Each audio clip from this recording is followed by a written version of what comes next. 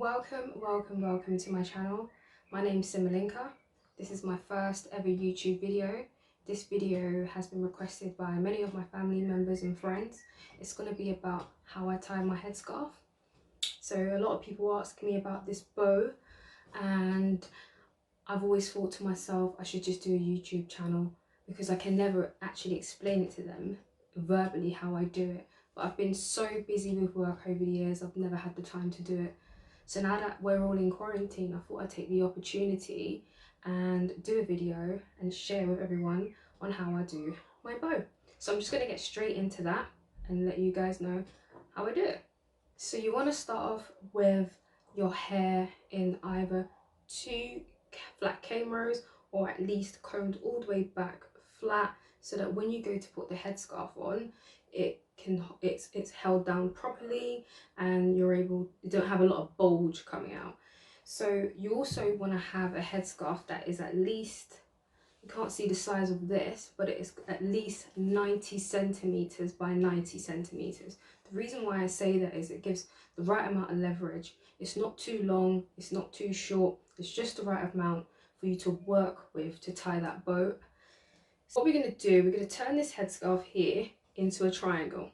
So just that's like when you're at school, you've got a piece of A4 paper and you want to turn that paper in half and you create a triangle. So that's what we're going to do with the headscarf right now.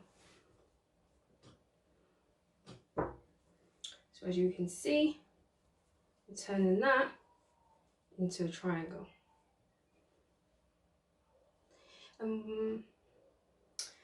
When you turn this headscarf into a triangle, you want to leave a little bit of space at the bottom. So can you see here, there's a bit of space at the bottom here. The reason why we want to do that is because we want to create leverage that when we tie the end parts of the headscarf, it's got somewhere to go. Don't worry, it might not make sense now, but when I do it and show you, it will make sense to you. So we're going to put that into a triangle, as you can see. And then what we're going to do, we're going to tie the headscarf from the back. And the only way I can describe this right now is Snoop Doggy style, or when the old school Southern women would tie their headscarves from the back. So that's what we're going to do. All right? So here we go. Just like that. Can you see? So now that we've got that to the back, so that we can see you, we're going to have the headscarf looking like that. This is what it wants to be looking like, just like that from the side. And then we're going to have this middle part here at the front. Okay, and we also want to ensure that these two ends are somewhat equal.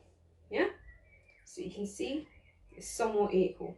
So now what we're going to do is, just like how our parents taught us how to tie a shoelace, we're going to tie this over.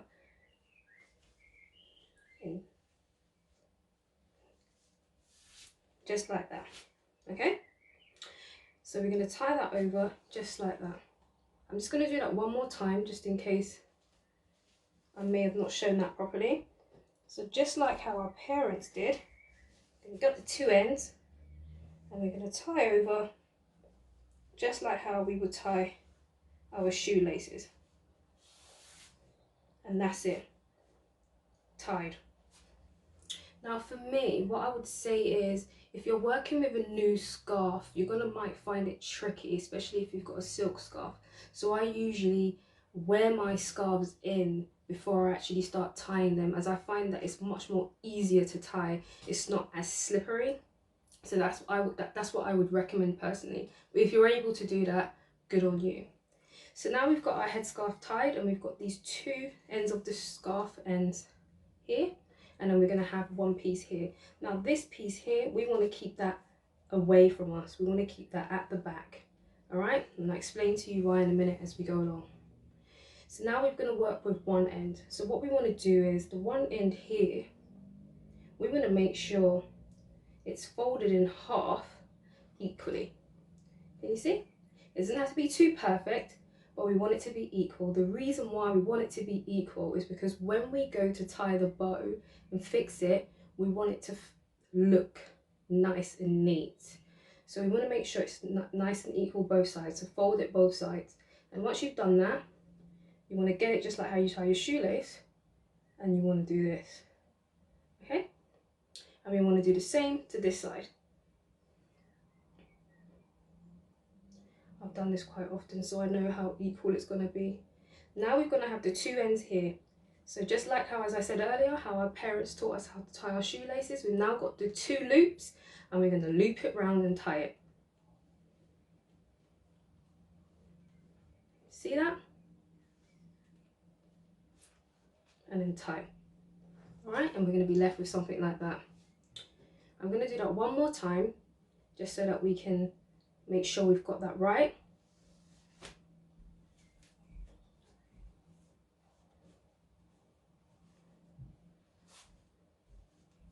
Right, and make sure that these two ends are equal.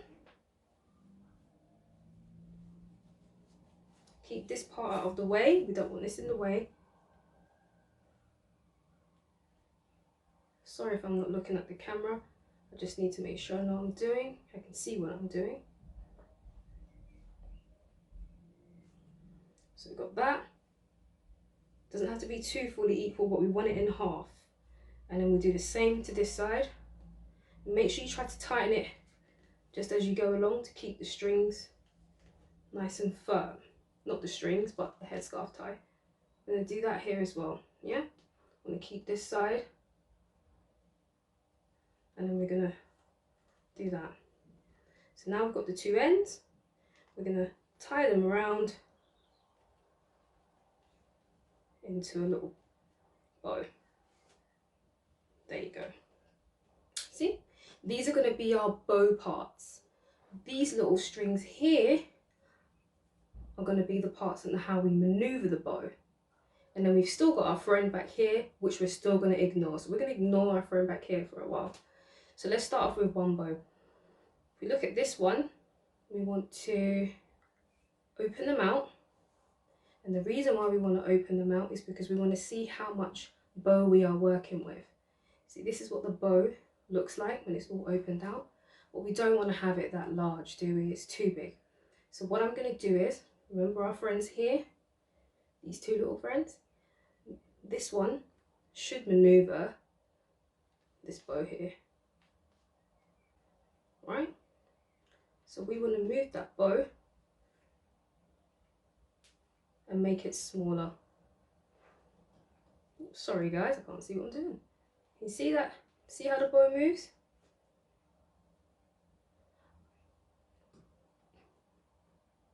And then you can see from there, it makes the bow smaller. Now you will know if your bow is good enough because you don't want it to be floppy. You want your bow to be firm. So you want to pull on it and reduce the bow to the right amount that you need. So again, I'm just going to pull that one. I think this one is a decent amount. And then we're going to have a look at this one over here. Leverage it all out and see what we've got left.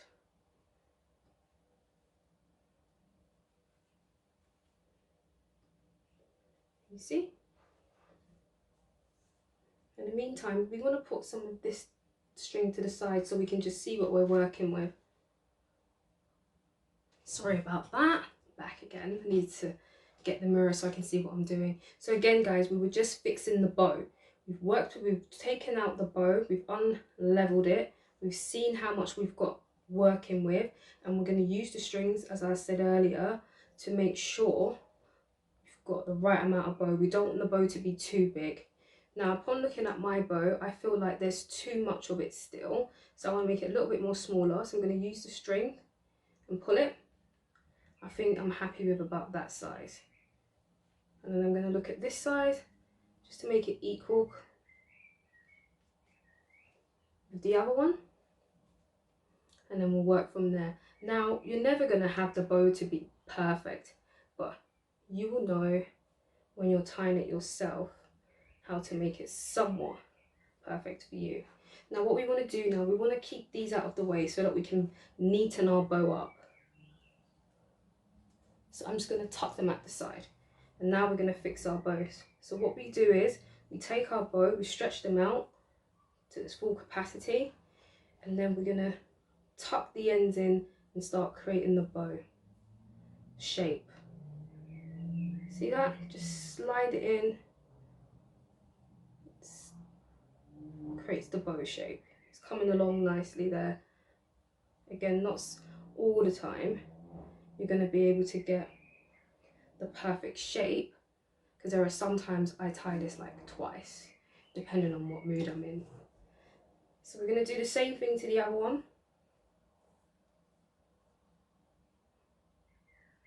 See that? The bow's coming together nicely. And then we want to tuck this end in as well, so it's not too much in our eyes or in our face.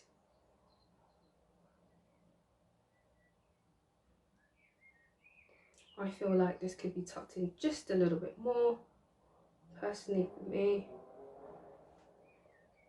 Can you see that bow coming through together? So we can see here the bows coming through nicely together. So now we're going to be left with, remember the string at the back? And then we've got these two little strings that also maneuver the bows. So what we want to do, we want to tuck those away. Now you can, two ways of doing this. You can either tuck at the top or you can tuck under. Now today I'm just going to be tucking under. And then you can get the other string. One's always going to be longer than the other, it doesn't matter. And what we can do now here is tuck that in nicely, so it's out of the way.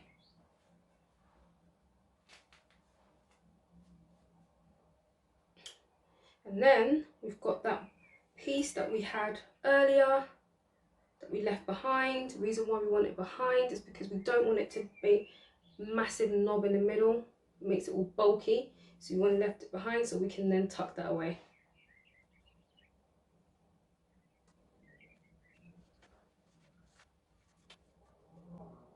So now we've got our bow somewhat in place. We just want to fix that back, neaten that back up.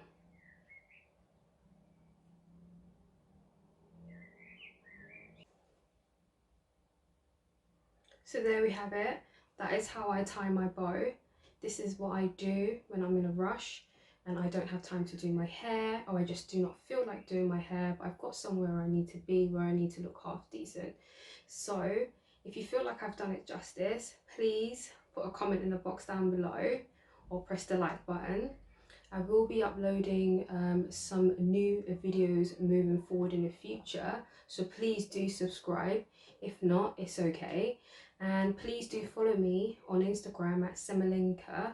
That's where I post my daily fashion inspo and makeup tips. And I'll catch up with you guys soon.